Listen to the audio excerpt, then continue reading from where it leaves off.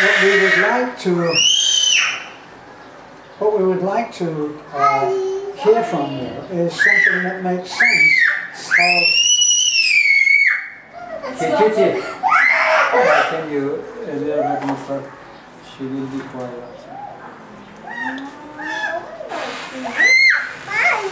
So we'd like to hear you explain to us the idea that the ambassador himself came out and did something which is not, I believe, is not normal practice for the ambassador to physically take money from someone who has come from ambassador hell. didn't get it from me. They call them consular, yes?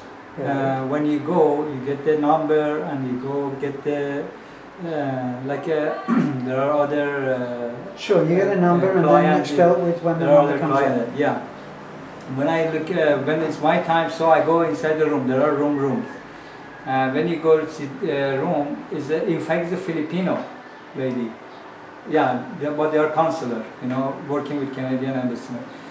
She entertained me first, yes? Okay. The consular didn't entertain me at all, just only consular job. I don't know what is that, there is their own practice. They come sometimes in a window, which is they get the number, people they get the number, or they call that secretary, or I forgot another that they call. Well, it would be an embassy official of some kind. Yeah, Yes, no, usually but I forgot the name of what they call it. But anyway, the lady who asked me the number and I gave it to her, I explained for her. Then she got my number, and after that made a time for me to see the consular, yes? So when I saw the consular, when I went inside the room, it's a lady, and it's not the consular. And so I said that everything, and their process was right there. Then I didn't know that because I just present as my ticket money, you know, because I know that indigent, what that means. Indigent, it means that you don't have money, you need help from embassy. I don't know, I didn't know nothing, I don't know how it works even between them.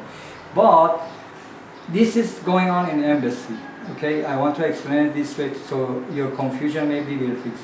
What they do, any money out of you, like out of me, for example, I'm their client, yes?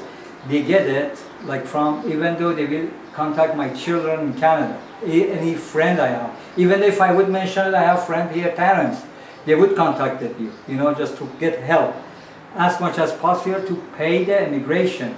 Nothing to do with the... And they're saying that they would do this on your behalf. No, it's not the behalf. They don't want to have any problem with the immigration, yes? So because I have a financial problem, yes? So they think maybe I didn't talk to my friends or around my children or anybody. So they thinking maybe if they say it different way, they say, oh, your father right now is stuck in Canada and have problem. Maybe they feel different, but still there's a situation, because my kids, they have the same situation, which is they know it already. I am communicating with them. They don't have enough money for themselves even. They are going to university also. And another thing is that here, if here I didn't say to them I have any friend or anything, and so they do all their best. If any penny, they can just add up together to give it to immigration. So if there is nothing, then they close with their affidavit, everything. They just say, for example, even though 1,000, whatever, they will give it to immigration, and then immigration will start to have the process, because immigration, they need that document from the embassy, and specifically from embassy. And my affidavit and everything is that, which is this time when I went at the counter. That's, I keep trying to see the counter, which is you see you give your number. The secretary usually sitting down there. When I went there, and after I see with the beard, and the ambassador came there, sit down. He asked me, what are you here? I said, just this is my situation. Then he knew it actually. He said that, okay, can you bring your document? When he looked at it, he said that maybe we can sign it right now. I said, no, I don't have the ticket money yet, because the consular told me that I need to have the ticket money. And you got the money from me. She got some money from me. I didn't explain for him how much or what. I said, she got some money from me inside the room, And she said to me, they have to deal with the immigration. So he agreed with it. He even though said to me, yeah, we have to also contact your children or any friend you have in Canada to ask them to help you. So, and then after I said that, okay, if my immigration situation is fixed, also can you help me out for the ticket? So And now, well, just to go back a couple of steps, now you're saying that the woman took money from you. in the counter, yeah, How much did she take from you? it's 57,000. Okay, so an office, someone on staff took the 57,000 from Yeah. you without giving you a receipt, and then you were seen by the ambassador himself. But, Which- but which is, what he you didn't introduce originally- me. What you originally said was that the ambassador took the 57,000 from you. When I said that, It's on video, Alan. I never said ambassador. I'm 100% sure I never said ambassador. What I mentioned, I said ambassador was behind the counter, which I didn't know him. He's ambassador even though. He came around. They do usually like that. They want to see the client themselves without introducing themselves. And then he was very nice and very calm. And so he got it left. And I even though didn't know, I thought it's another stuff. So when I talked to the secretary, I talked already to another guy. The secretary told me that he was ambassador. I said, aye. So I wanted to ask some more questions. If I knew he's the original person is there, you know. That was my question mostly.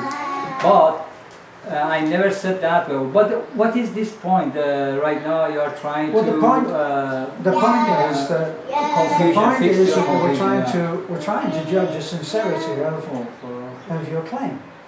That's what we're trying to do. No, I know, but Is I that don't want. if somebody, I want to fix. if for instance you went along and you tried to borrow some money from somebody, they would ask you certain questions, and they Yeah. would expect that your questions made sense.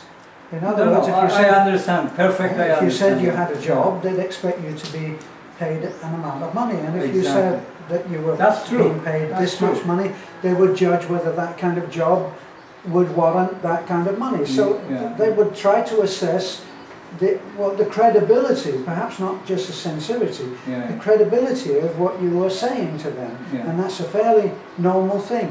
And That's true. what we have here is that when you came to us and asked us for help, Yeah.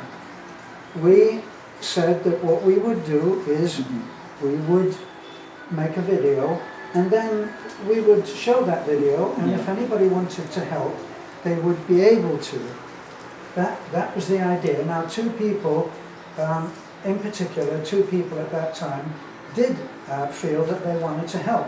I thought that it actually was two fellow Canadians, and now I saw something this morning that seemed to contradict that. But at least one fellow Canadian plus one other wanted to help, and the sum total of their help was something like 17,000 plus, which we handed over to you, Yeah. which is all on video. That's Yeah, the yeah. whole Yes. purpose of our making a video, which is what we're doing now, Yeah. is that things are on record. Now, the idea that the impression you gave us was that the ambassador himself came out, spoke to you, and took 57,000 from you. That's not right. If it's for that area you want to be perfectly correction, ambassador never got money from me, and ambassador never deal with anybody.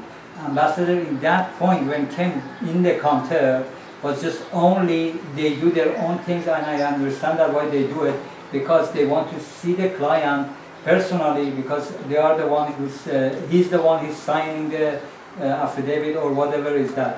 Because even though the consular, they have to ask permission from ambassador, whatever they are doing, get this ambassador and then sign it. Sure. So my belief is that they want to know the client, because this is indigent. I don't know how much is whatever is that. What they thinking. They want to see the client. They want to see who's there applying. Right, so Plus, anybody can go there to Canadian embassy, even though grab another person passport and says I'm Canadian. Also, they want to know all the truth and everything. okay, so let's leave that for a moment. So this other person that you say did, took the money, Which never is a gave you consular, a yeah. receipt. Now, why would you not ask for a receipt? The idea of a receipt, let me just give you my impression. The idea of a receipt is that if there are several people working in a place and one of them takes money, the reason that you get a receipt is so that if that person dies or leaves the country or is no longer in that office, what proof do you have that you gave 57,000? That is the truth, but if in that case you are saying it is one of my jobs is in Canada, I used to do that. There are lots of bank accounts there, people they die and there is nobody to claim. And you think where it's going? All goes to government pocket, like goes to government. So when they wait until they don't see anybody, and at the end is government, their property. So this is one of those things. That's exactly what you are saying, but my understanding is that because of the embassy, yes? So they are not going to cheat me or anything, because this is not anymore one person that I'm telling But it's them not to a ask case. help It's or not a what. case of anybody. That's the there. only reason I didn't say anything, because I don't, you know what, in my situation, it's a very ugly situation right now. I scared even to argue with anybody at this point, to say, Asking for a receipt could in fact I said, I said how I can have proof, at least this is, it's not half of the money, almost is half of the money. I said how I can prove this is at least half of the money I paid. So no, everything is counted, you will see it. Everything will be counted. Even though when I have to leave, immigration should give me the assessment, Well, let's how much I simplify owe them. Let's simplify it a little bit more. Yeah. 57,000 pesos, a large sum of money in the Philippines. 57,000 pesos has changed hands. Yeah. And that 57,000 is a bunch like this, and it's put on a table somewhere. Now, how does anybody else know what that is for? That 57,000 has to be stored somewhere. It's not going to be left on the side of the desk. It's going to be put somewhere. Somewhere, And it would have to be designated to you. It would is have true, to because have the your name on it. application and everything. Now, if anything is written up, it has to have copies. And you would by rights receive a copy. Yeah. No, what is that? She put it in the envelope in front of me. And envelope, she put it in the folder, because the affidavit and everything, when I sign it, everything they put it inside the envelope. So another thing is that even though this money right now you're talking about another money, like for example, if they would contacted my kids or any friend I have, yes, those money I wouldn't see it. They would receive it, but I wouldn't see it, anything about it. I wouldn't know anything about it. Whatever as that, in behalf of me, they would clear up with the immigration and what amount could be, and then still at the end, if that amount would be cover up the immigration overstaying, my overstaying, they would just tell me, give me cash with them, they would give me official receipt how much I owe them, or I pay them fully amount of the penalty. Okay, let's move on then. Yeah. That's the your intention now is to return to Manila? I have to, not return, because but this will be, I think this will be last travel to Manila, because I don't want to go back to Manila anymore to fly. I want to fly from Cebu if it's possible, because there are Korean airline from Cebu and Hong Kong airline from Cebu, Taiwan airline, they can go from Cebu. Then after that I can go straight to Toronto. And the only thing is that I need to go to Manila to straight up, because I don't want, again, it's because it's the timing, you know what I mean, timing running, that's because of timing. If they would respond to my email, I would stop, I would wait for it. But they are not responding to me, and then I have to face to face. Even though if they give it to me, I hand it, it's my money. But this time I cannot lie to them, even though. If I cannot again get that money and put it back in my pocket, because if I do that, immigration already know about it. So I don't want, because, yeah, I think the document when they send it is affidavit, you know. Whatever you're saying it in affidavit should be truth. So I don't want anything, make any complicated there. So still, even though if they hand it to me, still I have to give it to the, like the same way I have to give it back to immigration. And which is, at the beginning is my mistake, which I didn't know the rules, That's why, if I knew it, that should be my ticket money. I don't need really extra ticket money. That was the ticket money for me. But now I know the situation and I have to go give it to them, whatever is that, and then come back, wait for a few weeks for their process done, and they issued a document to me. When the immigration issued the document, it means that since then I have to, the clock start to, I have to start to pack my stuff and be ready before the date leave. How are you going to get to Manila now? That's the situation. I wanted to come to you, talk to you about it. I wanted to see if you could help me. Because right now, I didn't want to say too much. You helped me already for this apartment very much, and the people, they helped me, I appreciate it a lot. And you don't know that how much peace we have right now here. And we don't have much things, but here is very important peace of mind, which is we have it right now, and they are not in danger. I feel very much comfortable right now. Yes. But since when I'm in Canada, I will take care of them. You know, I can send money for them, I can take care of them. The only thing is that right now, when we came here, even though the money you give it, I try to as much as we can, the last penny of it, to use it properly. I'm even though short for some certain things here. I didn't want to say anything. I am that type, I go through even though. And I told her, just have patience until the end of the month. My benefit come, and so we can buy some food, some extra things which we need. So I didn't mention anything about it. But for Manila, really I will be short. And I need, the previous time even I tried as much as I can minimum to spend to go Manila and come back to keep the money for mostly for my And how much flight do you ticket. think that your trip to Manila is going to cost? Going and coming back is 4,000 to 5,000 pesos. Because if I get the ticket here, I get promo. Usually I get a promo. I don't get right away fly. That's very expensive like that. So usually I get 2 to 3 days ahead of time. And then the same, but I want to see if I can get one day, I can like one day stay Manila and next day come back, not just right away. So like round trip. If I get round trip, will be 3,500 something like that. And the rest, because I have to go to Cebu or to even the Type 11, cost other expenses for the traveling. So, and a little bit food, and I said 1,500 will be extra in my pocket money for other expenses. That's why I wanted to ask you.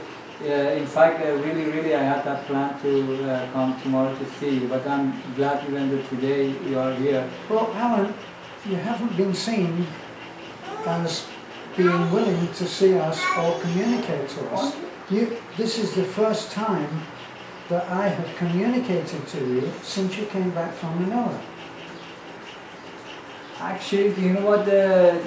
I liked it, in fact. But that day when you came and pick up my partner and baby for the mass, yeah. I just missed you guys. You know, like I was 9:15 or 9:30. I don't know what time. The morning, Sunday. I was there and I said, oh, wow. She told me that she's going. But because you said that you are going to pick her up. You have a telephone, don't you? No. We have just one phone and she's using it. All right. Yeah. You Even have though you have access to a telephone. I didn't have access to it. Does your partner have a telephone? Yeah, she has it. Do you live with your partner? Yeah. Then you have access to a telephone. We did that. We text already. She didn't receive the text. Remember I told you that they got an accident? I received the next I've day. heard that. I'm just trying to...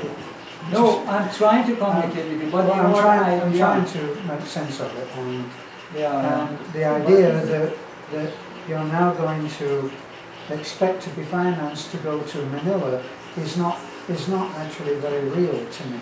Yeah. I think that you can go down to an internet cafe and you can bombard them with emails. Now, the thing is, though I have no experience with the Canadian government and with your problem, No, I on a understand. personal basis, Yeah.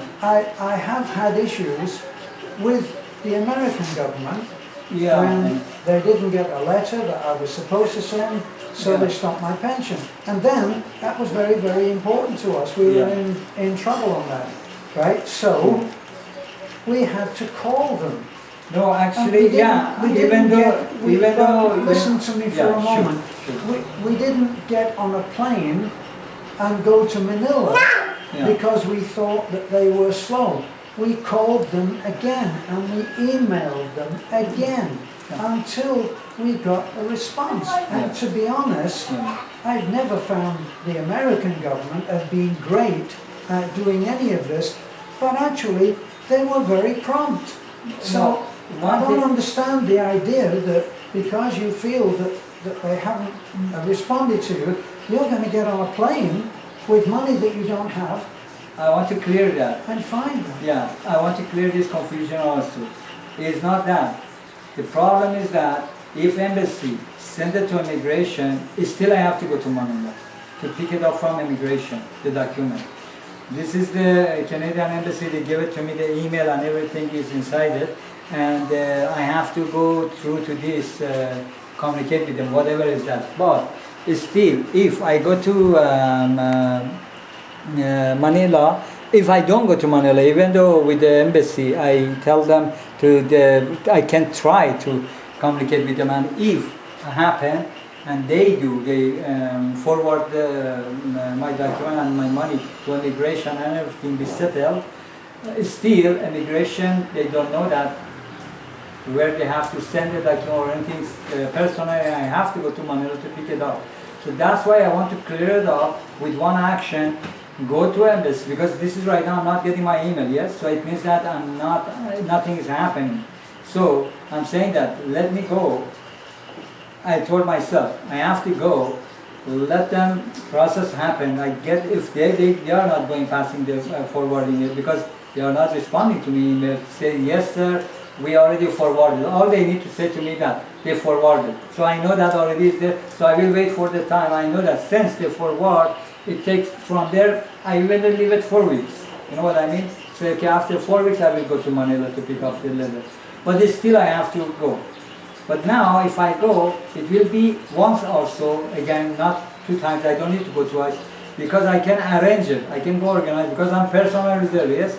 I can go from embassy, get the document and the money, and hand it to immigration, say that this is the document and whatever is that you wanted is here.